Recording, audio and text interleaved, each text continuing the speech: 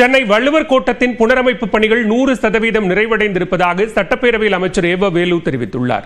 பொதுப்பணித்துறை மானிய கோரிக்கைகள் மீதான விவாதத்திற்கு பதிலளித்து பேசிய அமைச்சர் ஏவ வேலு, சென்னை பெருநகரில் 258 கோடி ரூபாய் மதிப்பீட்டில் உயர்மட்ட பாலங்கள் மற்றும் புறவழிச்சாலைகள் அமைக்கப்படும் என்று அறிவித்தார்.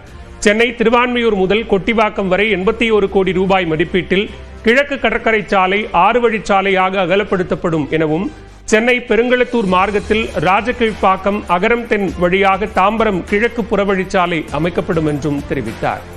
சென்னை வள்ளுவர் கோட்டம் புனரமைப்பு பணிகளுக்காக 80 கோடி ரூபாய் ஒதுக்கப்பட்டு 100% பணிகள் முடிக்கப்பட்டுள்ளதாகவும், விரைவில் பொதுமக்கள் பயன்பாட்டிற்கு திறக்கப்படும் என்றும் கூறினார்.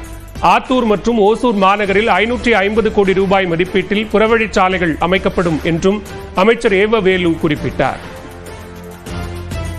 தொடர்ந்து பேசிய அமைச்சர் ஏவ வேலு, முதலமைச்சர் மு.க. ஸ்டாலின் தமிழ்நாட்டின் இரும்பு மனிதர் என புகழாரம் சூட்டினார்.